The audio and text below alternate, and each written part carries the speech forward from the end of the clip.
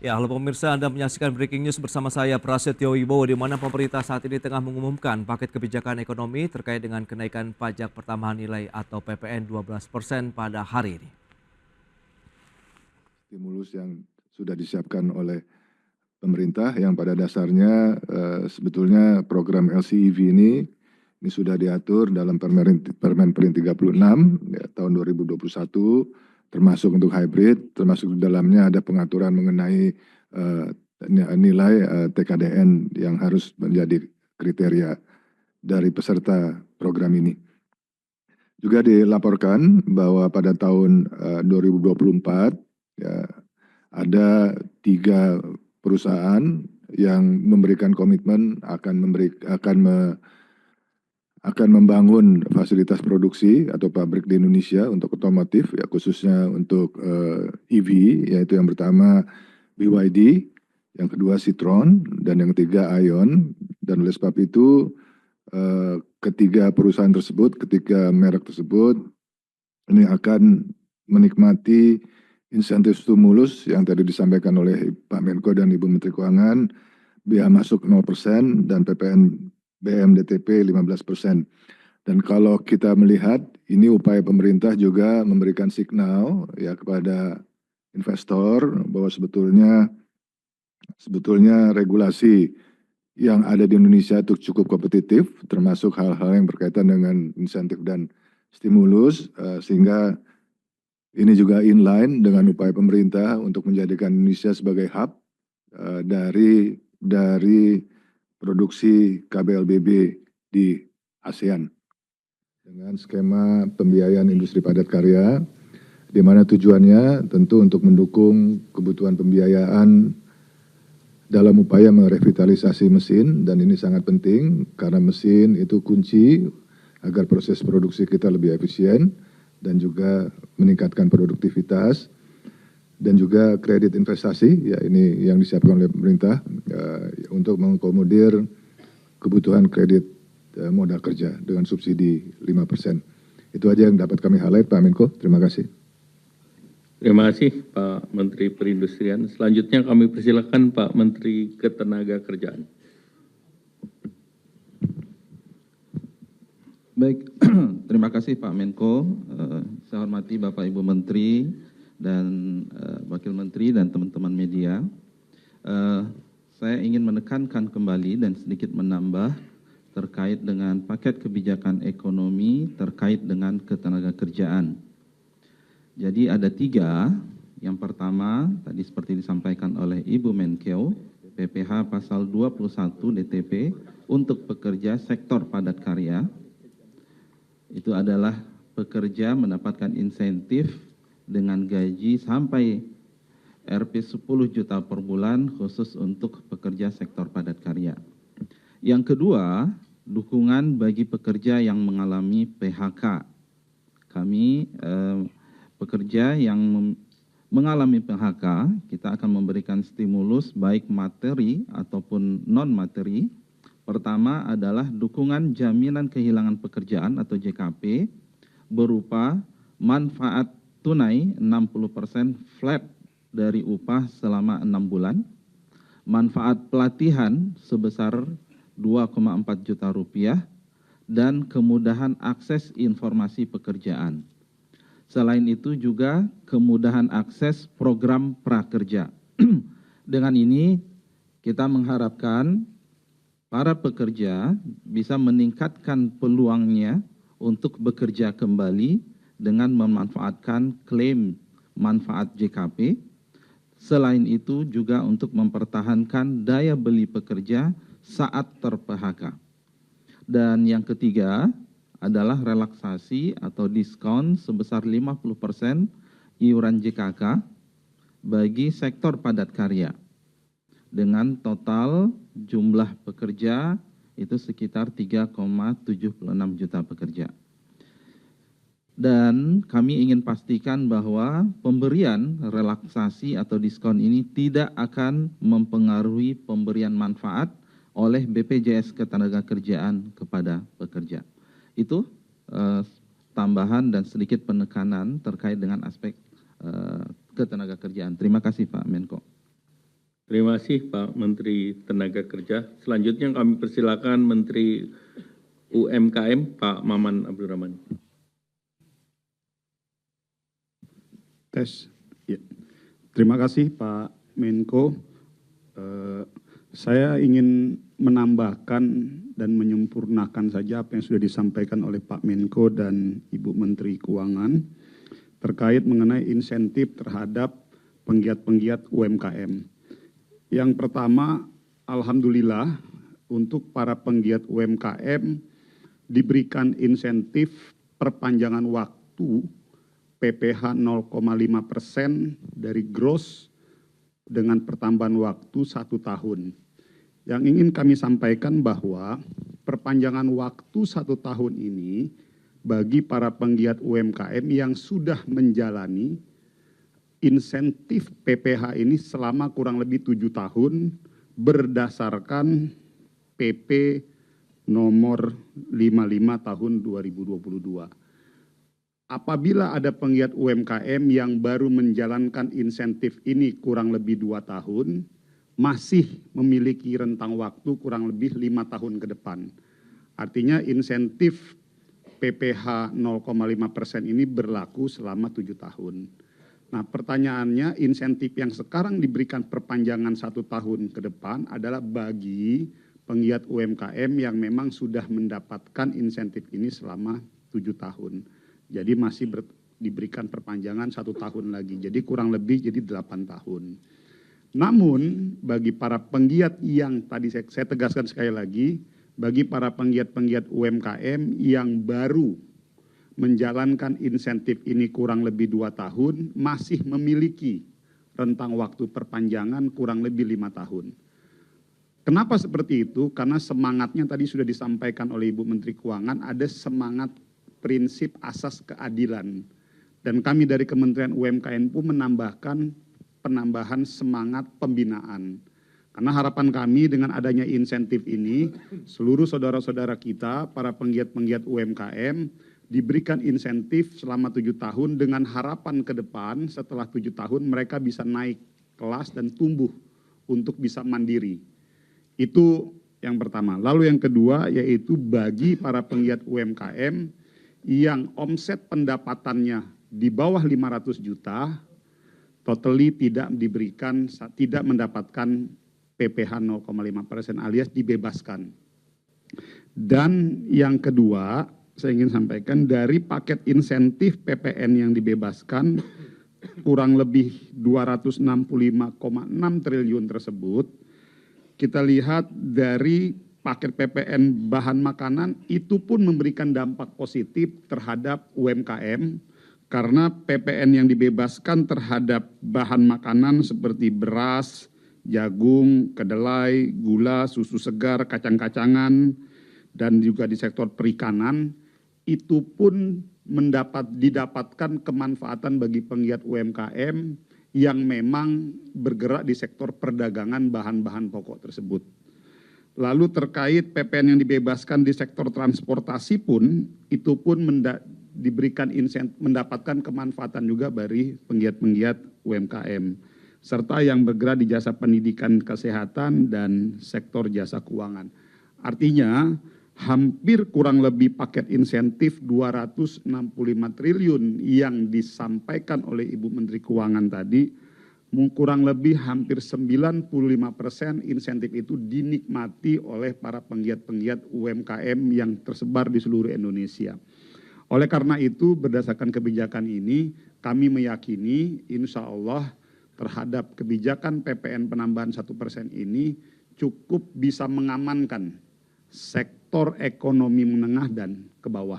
Saya pikir itu tambahan dari kami Kementerian UMKM. Terima kasih banyak Ibu Menkyu dan Pak Menko atas kebijakan konsolidasi koordinasi paket kebijakan ekonomi ini dalam rangka untuk mendorong peningkatan kesejahteraan dan penguatan ekonomi negara. Terima kasih. Terima kasih Pak Menteri UMKM. Selanjutnya Pak Menteri Perumahan.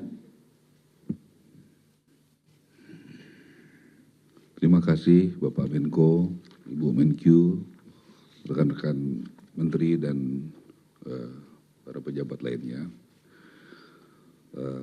Nomor satu, saya mengucapkan terima kasih karena di sektor kami ini pemerintah sudah konsisten ya mendukung program perumahan dari tahun 2010. Ya, terima kasih Ibu Menkyu. Dan untuk MBR, masyarakat berpenghasilan rendah, melalui fasilitas likuiditas pembiayaan perumahan ya dari 2010 sampai sekarang. Dan subsidi bantuan uang muka juga dari tahun 2015 dan konsisten diberikan sampai sekarang. Itu sangat bermanfaat bagi masyarakat berpenghasilan rendah. Dan 5 tahun ini itu target yang sudah dilakukan adalah sebanyak 942.630 unit rumah. Memang tahun ini Bu dan Pak Menko targetnya menjadi agak banyak, 3 juta, mohon dukungannya untuk ke depannya. Kemudian pemerintah juga tahun depan sudah mengalokasikan untuk FLPP. Ini program yang sangat baik karena sangat diminati oleh masyarakat dan juga developer dan juga tingkat NPL-nya, kredit macetnya itu sangat rendah. Jadi ini program yang sangat baik ya, saya teruskan dengan harapan ke depan juga kita bisa tingkatkan karena kalau memang ada program yang bagus kita akan tingkatkan lagi.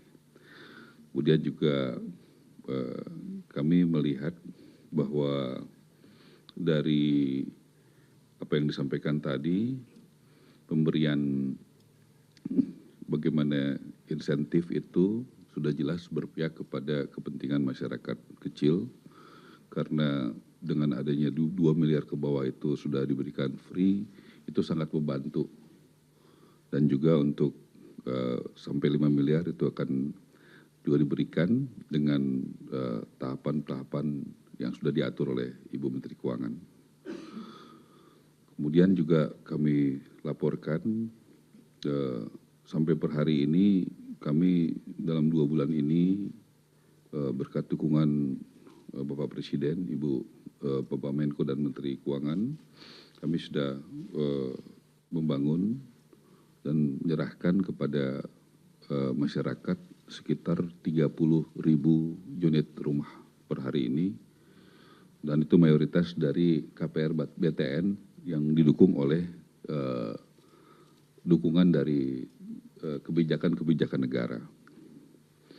Kemudian juga Pak Menko saya laporkan kurang lebih 2 minggu lalu kami sudah mengeluarkan SKB 3 Menteri, yaitu memberikan sebagai pemerintah kita berusaha untuk memberikan kemudahan dan kemurahan, yaitu memberikan free BPHTB kepada masyarakat berpenghasilan rendah. Dan itu sebesar 5%, itu sangat terasa manfaatnya bagi masyarakat. Dan juga free pengurusan PBG. Dulu itu IMB kita juga sudah bisa berikan free dan masa pengurusannya juga dari 45 hari jadi 10 hari. Dan ya pada akhirnya saya mengucapkan terima kasih kepada Presiden, Pak Menko, Ibu Menteri Keuangan, yang sebenarnya kebijakan ini baru kami mau perjuangkan, tetapi sudah diberikan oleh Pak Menko. Kami mengucapkan terima kasih Pak Menko dan Ibu Menteri Keuangan yang sangat paham bahwa industri perumahan itu ratusan industri terafiliasi, cat, kayu, plafon dan pasir, semen, semua ini akan sangat menggerakkan ekonomi dan pertumbuhan ekonomi di tahun depan. Jadi kami atas nama Menteri Perumahan ucapkan banyak terima kasih atas kebijakan ini. Terima kasih. Terima kasih Pak Menteri Perumahan, Pak Marwara Sirait. Selanjutnya Kepala Badan Pangan, kami persilakan.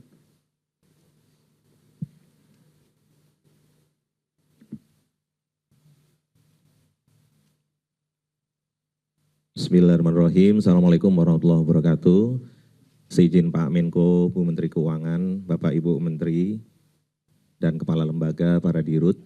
Yang pertama, seperti disampaikan bahwa tidak ada kenaikan bahkan pengenaan PPN untuk bahan komoditas strategis seperti jagung, beras, kedelai, bawang merah, bawang putih, semua jenis cabai, telur, ayam, daging ruminansia, dan sebagainya.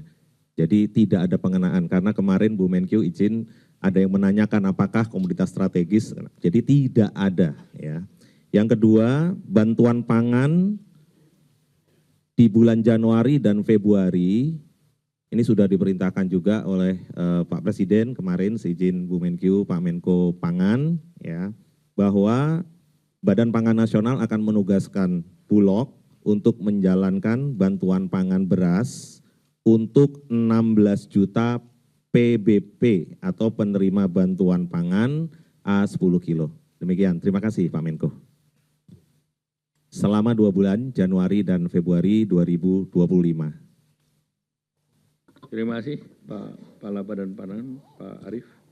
Selanjutnya Pak Dirut PLN, silakan Pak Darmawan Prasojo. Pertama kami ingin mengucapkan terima kasih kepada pemerintah, dalam hal ini Bapak Presiden, Pak Menko.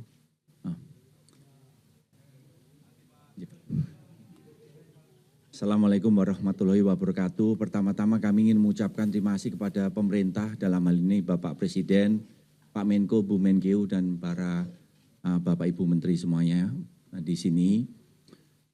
Pertama adalah kami menghargai, mengapresiasi bahwa PPN dikenakan pada 400.000 pelanggan PLN, di mana dayanya adalah 6.000 watt ke atas.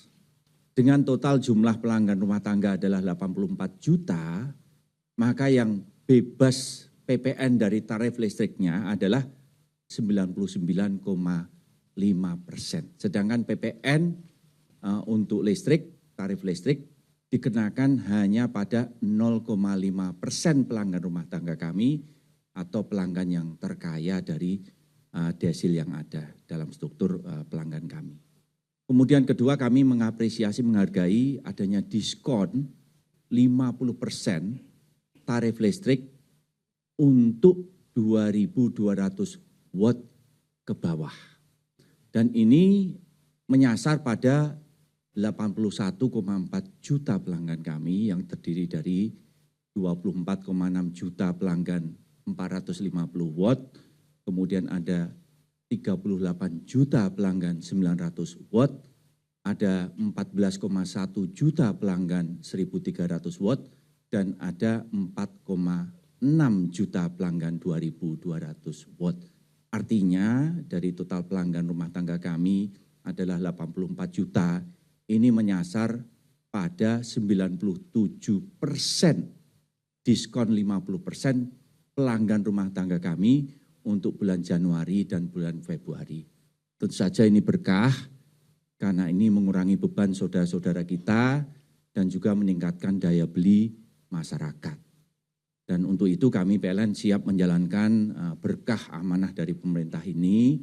Tentu saja untuk pelanggan kami yang prabayar, kami langsung secara otomatis menyesuaikan bahwa pembelian pulsa yang tadinya 100.000 misalnya untuk KWH tertentu, nanti hanya tinggal 50.000, hanya menjadi separuhnya. Kemudian untuk yang pasca bayar, kami secara otomatis menyesuaikan tagihan listriknya untuk bulan Januari, Februari.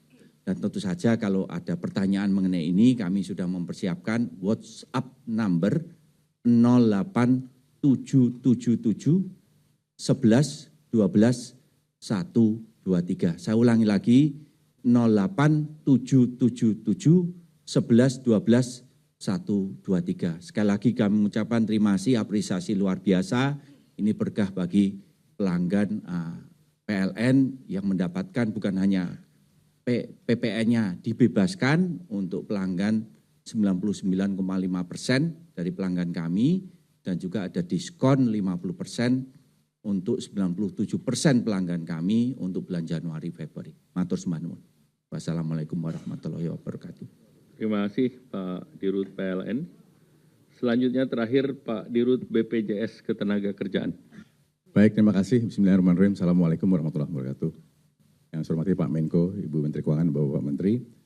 Rekan-rekan media, jadi saya menambahkan saja bahwa relaksasi iuran jaminan kecelakaan kerja yang 50% tadi itu untuk 5 bulan dengan manfaat yang tidak berubah. Jadi iurannya 50%, manfaat tetap sama. Ini akan diberikan terdampak atau didapatkan untuk 3,76 juta pekerja dan 110.000 perusahaan. Untuk JKP menambahkan sedikit saja bahwa manfaat tunai 60% flat selama 6 bulan, di mana selama ini manfaatnya adalah 3 bulan pertama 45%, 3 bulan kedua adalah 25%. Jadi sekarang flat 60%. Pelatihan semula 1 juta per orang, sekarang 2,4 juta. Dan tentu saja dengan Pak Menteri Tenaga Kerja, kami juga sedang membahas beberapa rencana untuk mempermudah, diantaranya untuk perluasan, yaitu meniadakan syarat wajib program JHT untuk perusahaan skala kecil dan mikro, semula ada JKK, JKM, dan JHT. Ke depan kita sedang membahas dengan Pak Menteri untuk JHT dihilangkan sehingga perluasannya bisa lebih banyak, juga membuka peluang untuk non-ASN untuk bisa ikut JKP. Sedangkan untuk kemudahan, sedang dibahas juga bersama untuk memperpanjang masa kadaluarsa klaim yang semula 3 bulan menjadi 6 bulan, dan meniadakan persyaratan mengiur 6 bulan berturut-turut. Semula ada persyaratan 6 bulan berturut-turut, ini kita akan hilangkan. Sehingga perluasan diberikan kemudahan juga dan untuk klaim juga ada kemudahannya. Jadi demikian dari kami di BPJS Ketenagakerjaan untuk JKP, Jaminan Kecelakaan Kerjaan, dan juga Jaminan Kecelakaan Kerja. Terima kasih. Terima kasih Pak Dirut BPJS Tenaga Kerja. Bapak Ibu sekalian yang kami hormati, teman-teman media cetak, media elektronik, seluruh kebijakan ini nanti akan ditindaklanjuti oleh peraturan Menteri Keuangan, kemudian peraturan pemerintah, dan juga ada peraturan Menteri ESDM terkait dengan kelistrikan. Dan PP itu terkait dengan BP Jam Sostek, dan juga ada perpanjangan mengenai perpajakan.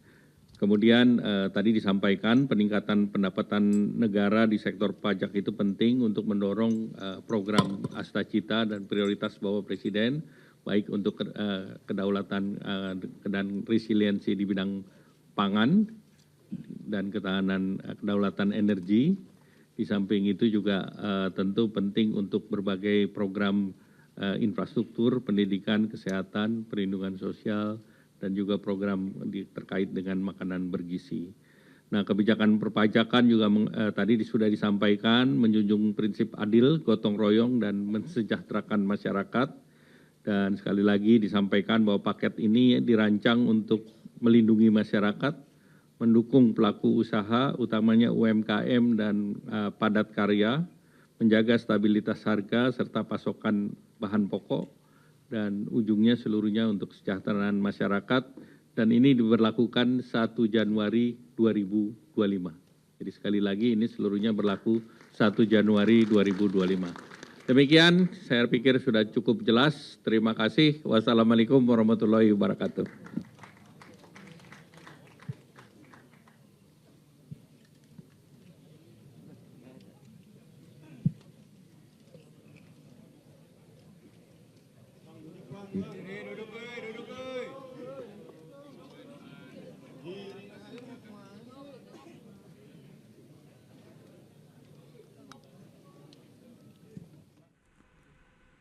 Ya, pemirsa, baru saja Anda menyaksikan breaking news yang sudah dilakukan oleh pemerintah terkait dengan kenaikan PPN 12% di tahun 2025 yang diiringi dengan beragam kebijakan dari sejumlah kementerian yang sudah disampaikan secara langsung. Dan pemirsa, saya Prasetyo Wibowo, sampai jumpa.